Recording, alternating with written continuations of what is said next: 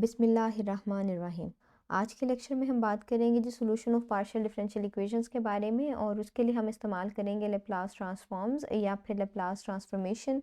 और जो इक्वेशन हमने ली है आज वो बेसिकली वेव इक्वेशन है, और चूंकि हमारे पास डोमेन फाइनाइट है तो इस वजह से हम फाइनाइट स्ट्रिंग का फिनोमेना स्टडी करेंगे। इनिशियल कंडीशंस गिवन है, इनमें से एक इनिशियल कंडीशन जो है जो इनिशियल डिस्प्लेसमेंट के बारे में बताती है वो नॉन होमोजीनियस है, जबकि इनिशियल वेलोसिटी वो ज़ीरो है।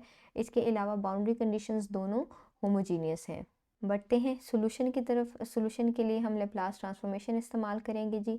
और सबसे पहले तो हम गिवन पीडीई को और बाउंड्री कंडीशंस को और इनिशियल कंडीशंस को रीराइट कर लेंगे और उन्हें रीनेम भी कर लेंगे।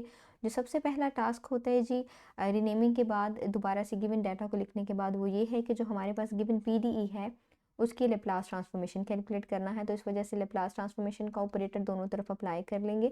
सी स्क्वायर को हमने पहले ही बाहर लिख दिया है, अगर नहीं भी लिखेंगे तो ड्यूरिंग इंटीग्रेशन ऑब्वियसली ये कांस्टेंट है तो ये इंटीग्रल के बाहर आ जाएगा।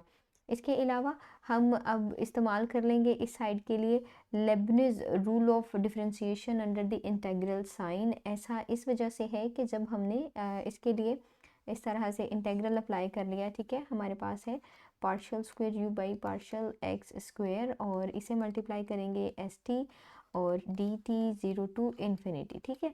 सो हमने इसे इस तरह से लिख लिया। अब ऑब्वियसली यू जो है वो डिपेंड कर रहा है एक्स और टी पे, तो इस वजह से partial you by partial x को एज ए कांस्टेंट ट्रीट नहीं कर सकेंगे और इस इंटीग्रल से बाहर नहीं निकाल सकते हैं हम। इसीलिए हम इसके लिए Leibniz rule of differentiation under the integral sign इस्तेमाल करेंगे, जो ये बताता है कि अगर इंटीग्रेशन एक वेरिएबल के रिस्पेक्ट से हो मल्टी वैल्यूड फंक्शन की और डेरिवेटिव एक वेरिएबल के रिस्पेक्ट से इन्वॉल्व हो, तो इस पार्शियल डेरिवेटिव को उस डेफिनेट इंटीग्रल से बाहर हम लिख सकते हैं in the form of the ordinary derivative के।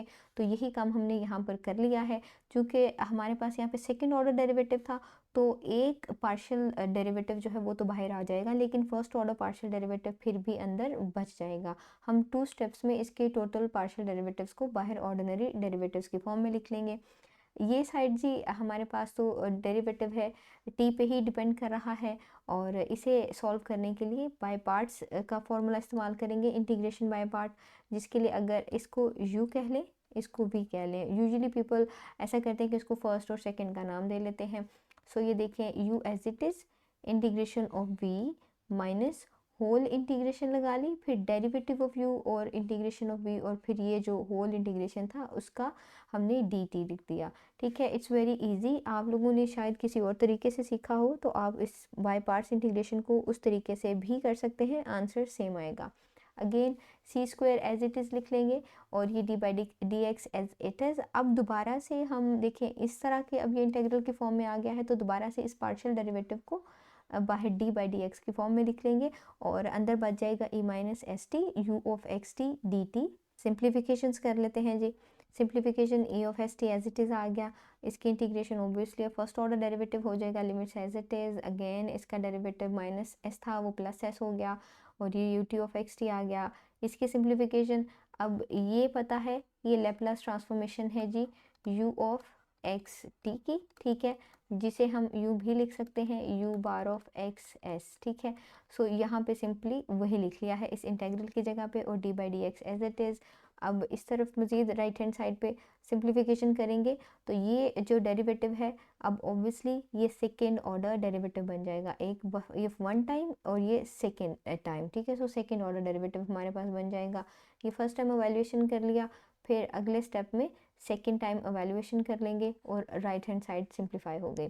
लेफ्ट हैंड साइड की तरफ देखें तो हमें पता है कि लिमिट ये अप्रोचेस टू इन्फिनिटी, जब यहाँ पे हम अप्लाई करें और ये फंक्शन लिखें तो ये ज़ीरो को अप्रोच कर जाता है। तो अपर लिमिट पे ये सारी टर्म ज़ीरो होगी, लोअर लिमिट से पहले माइनस और फिर इसमें ज़ीरो सब्सटीट्यूट कर देंगे, ई ज़ीरो वन हो जाएगा और इसमें टी की जगह पे ज़ीरो लिख दिया।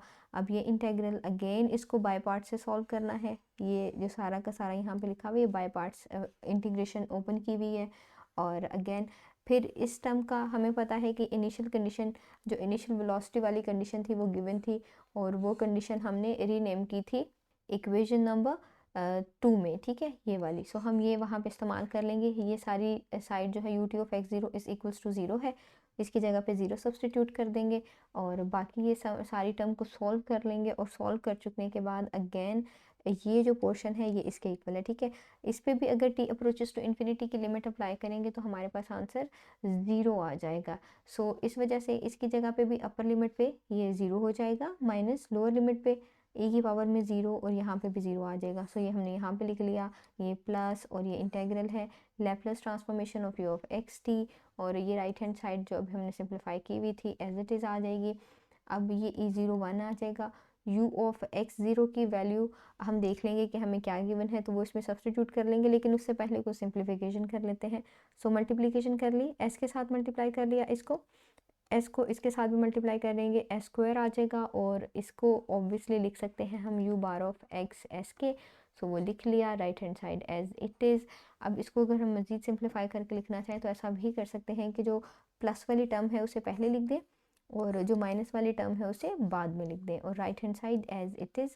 स्टेप बाय स्टेप प्रोसेस जो है वो मैं एक्सप्लेन कर रही हूँ और पहले से लिखा इसी वजह से है कि ज़्यादा टाइम वेस्ट ना हो। बहुत आसान कॉन्सेप्ट है, बहुत बेसिक है, तो जल्दी जल्दी से बस ये हम करें और मज़ीद एग्जाम्पल को सॉल्व करने का टाइम मिले। अब जब हमने सिंप्लीफिकेशन कर ली है तो अगेन ये इनिशियल कंडीशन की वैल्यू हमें गिवन थी इक्वेशन नंबर 2 में, sine of pi x over L के इक्वल, तो उसकी जगह पे हमने sine of pi x over L substitute कर दिया। अब u बार वाली टर्म्स एज एक तरफ लिख लेते हैं, ठीक है। सो ये टर्म इधर ही रही, ये इसमें से माइनस कर लेंगे और इसको सिंप्लीफाई करके लिखा है। तो कोफिशिएंट यहाँ से 1 करना है तो सी स्क्वायर के साथ दोनों साइड्स को डिवाइड कर लेंगे, तो ये यूँ हो जाएगी, सी स्क्वायर के साथ डिवाइड करें, so u bar is equals to minus s over c square sine of pi x over L, ठीक हो गया। सो इस इक्वेशन को सिंप्लीफाई करके लिख लिया है, ये इक्वेशन नंबर 4 था, इसको नाम दे दिया। इक्वेशन नंबर 4 हमारे पास ये second order linear ordinary differential equation है जो होमोजीनियस नहीं है। इसको सॉल्व करने का मेथड बहुत ही आसान है, पहले कॉम्प्लीमेंट्री फंक्शन फाइंड करें, फिर पर्टिकुलर इंटीग्रल और फिर दोनों को ऐड कर लें। जैसे ऑर्डिनरी डिफरेंशियल इक्वेशंस को सॉल्व करते हैं तो सोल्यूशन मैंने यहाँ पे डायरेक्ट ही लिख लिया है इक्वेशन नंबर 5 की फॉर्म में। इनिशियल कंडीशन जो इक्वेशन नंबर 2 में थी वो हम इस्तेमाल कर चुके हैं। अब हमारे पास बाउंड्री कंडीशंस भी गिवन थी, हमने उनको इस्तेमाल करना है। देखिए बाउंड्री कंडीशंस में यहाँ पे टी लिखा हुआ है, लेकिन सोल्यूशन हमारे पास तो एस की फॉर्म में है। सो इस वजह से पहले इन बाउंड्री कंडीशन की भी लैप्लास ट्रांसफॉर्मेशन लेना है, फिर हम उसे सोल्यूशन में इस्तेमाल करके ए ऑफ एस और बी ऑफ एस की वैल्यूज़ कैलकुलेट करेंगे। ए ऑफ एस और बी ऑफ एस हमारे पास कांस्टेंट फंक्शंस ऑफ इंटीग्रेशन है, ठीक है। जो बच्चे पहले से क्लासेस लेते हुए आ रहे हैं उन्हें तो पता लग जाएगा कि ये हमने कैसे लिखे हैं। जो नहीं लेते आ रहे हैं वो उनके लिए सजेस्टेड है कि solution of partial differential equation using direct integration या फिर पार्शियल इंटीग्रेशन का लेक्चर मेरा यूट्यूब पे अवेलेबल है, उसे विज़िट कर लें, मैं लिंक डिस्क्रिप्शन में पेस्ट कर दूँगी। सो इन बाउंड्री कंडीशंस की लैप्लास ट्रांसफॉर्मेशन लेंगे तो सिंपली इसके ऊपर आ जाएगा u बार और s, और इसी तरह से इसकी भी लेंगे तो इधर भी आ जाएगा u बार l s, ठीक है। अब ये कंडीशंस इस्तेमाल कर लेंगे, पहले 6 को 5 में इस्तेमाल कर लेंगे, ठीक है। ये 5 एज इट इज़ लिख ली है पहले। ये बता रही है कि जहाँ जहाँ पर x लिखा हुआ है वहाँ पे 0 लिख दें, ठीक है, वहाँ पे 0 लिख देंगे। सो 0 लिख देंगे, साइन 0 0 हो जाएगा, टर्म ख़त्म हो जाएगी, ये भी 1 और ये भी 1, तो इस तरफ ये हमें गिवन है 0 के इक्वल लिख लिया a of s plus b of s. अब दूसरी कंडीशन इस्तेमाल कर लेंगे 7 वाली को 5 में, ठीक है। दोबारा से 5 एज इट इज़ लिख लेते हैं। ये बता रही है कि जहाँ जहाँ पर x लिखा हुआ है वहाँ पे l लिख लें, ठीक है। l लिख लिया, यहाँ पर भी l लिख लेंगे और l के साथ कैंसिल हो जाएगा, और साइन ऑफ पाई हमें पता है कि ये 0 के इक्वल होता है, तो 0 की वजह से ये 0 और ये सारी टर्म ख़त्म हो जाएगी, और यहाँ पे सिंप्लीफाई होके हमारे पास ये राइट हैंड साइड ऐसे बच जाएगी, और ये गिवन है जी 7 में 0 के इक्वल। तो अब हमारे पास 2 इक्वेशंस आ गई हैं, इन इक्वेशंस को हमने सॉल्व करना है इन आर्बिट्रेरी कांस्टेंट फंक्शंस के लिए, ठीक है। सो इसके लिए सबसे पहले तो हम मैट्रिक्स ऑफ कोफिशिएंट लिख लेंगे, जिसकी वैल्यू चाहिए होती है उसे नहीं लिखते हैं, ठीक है, उनके कोफिशिएंट्स लिखते हैं। अच्छा, ए ऑफ एस का कोफिशिएंट इस इक्वेशन से है 1, बी ऑफ एस का भी 1 है, तो ये लिख लिए। इसी तरह से ए ऑफ एस का इसमें है कोफिशिएंट ई की पावर एस एल ओवर सी, जो टर्म ए ऑफ एस के अलावा है वो लिख ली, जो टर्म बी ऑफ एस के अलावा है वो लिख ली। ये हमने मैट्रिक्स ऑफ कोफिशिएंट लिख दिया इन दोनों इक्वेशन का, हमारे पास सिस्टम ऑफ इक्वेशंस हैं, ठीक है। अब अगर हम चाहते हैं कि इन दोनों इक्वेशंस का सोल्यूशन नॉन ट्रिवियल आए, मतलब ज़ीरो के इक्वल नहीं आए, तो जब हम इस कोफिशिएंट वाले मैट्रिक्स का डिटर्मिनेंट लेंगे तो वो ज़ीरो के इक्वल आना चाहिए, आंसर ज़ीरो के इक्वल आना चाहिए, ठीक है। अगर हम चाहते हैं नॉन ट्रिवियल सोल्यूशन हो तो मैट्रिक्स ऑफ कोफिशिएंट का जो डिटर्मिनेंट है वो ज़ीरो होना चाहिए, ठीक है। हमने इसका डिटर्मिनेंट कैलकुलेट किया तो वो ज़ीरो नहीं है, ज़ीरो नहीं है तो मतलब हमारे पास ट्रिवियल सोल्यूशन आएगा, ठीक है। ज़ीरो नहीं है। अब ट्रिवियल सोल्यूशन कब पॉसिबल है, जब दोनों के दोनों constants function of integration zero हो। अगर ये दोनों ज़ीरो हों तो जो हमारा सिंप्लीफाइड सोल्यूशन था 5, जिसमें हमने इनिशियल कंडीशन इस्तेमाल कर ली हुई थी, यहाँ पे भी इसमें ज़ीरो आ जाएगा और ए ऑफ एस भी ज़ीरो हो जाएगा, तो बाकी बच जाएगी सिर्फ ये वाली टर्म। तो हमारी जो सोल्यूशन है इक्वेशन नंबर 5 वो कुछ इस तरह से हो जाएगी। इसमें सिर्फ थर्ड इक्वेशन बच जाएगी, इसे इक्वेशन नंबर 9 का नाम दे लेंगे। अब हमारे पास सोल्यूशन आ गया है जिसमें आर्बिट्रेरी फंक्शंस इन्वॉल्व नहीं हैं, कॉन्स्टेंट्स वगैरह, ठीक है। सो अब हम इस सोल्यूशन से वापस जो रिक्वायर्ड सोल्यूशन है उसमें जा सकते हैं। कैसे, इसकी सिर्फ लेप्लास इन्वर्स लेंगे, क्योंकि हमने इस फंक्शन की लेप्लास ट्रांसफॉर्मेशन ली तो हम आ गए you bar of x S में। सो अब अगर हम यहाँ से हटा दें और ऑब्वियसली इधर लिखें तो अब ये लेप्लास इन्वर्स में आ जाएगी, तो हम वापस चले जाएंगे यू ऑफ एक्स टी में। तो लेप्लास इन्वर्स ट्रांसफॉर्मेशन ले लेंगे दोनों साइड्स की जी, और हम लेप्लास लेके टी से एस में गए थे तो ऑब्वियसली इस बार एस की लेंगे और वापस टी में जाएंगे। तो ये जो एक्स वाली टर्म है ये एज ए कांस्टेंट ट्रीट होगी, इसे बाहर निकाल देंगे। अब सिर्फ और सिर्फ इस टर्म की लेप्लास इन्वर्स ट्रांसफॉर्मेशन कैलकुलेट करेंगे। अगर आप गौर करें, फार्मूला आपने याद किया होगा ऑर्डिनरी डिफरेंशियल इक्वेशन का, जब कोर्स पढ़ते हैं कि Laplace transformation of cos of a t is equals to s over s square plus a square.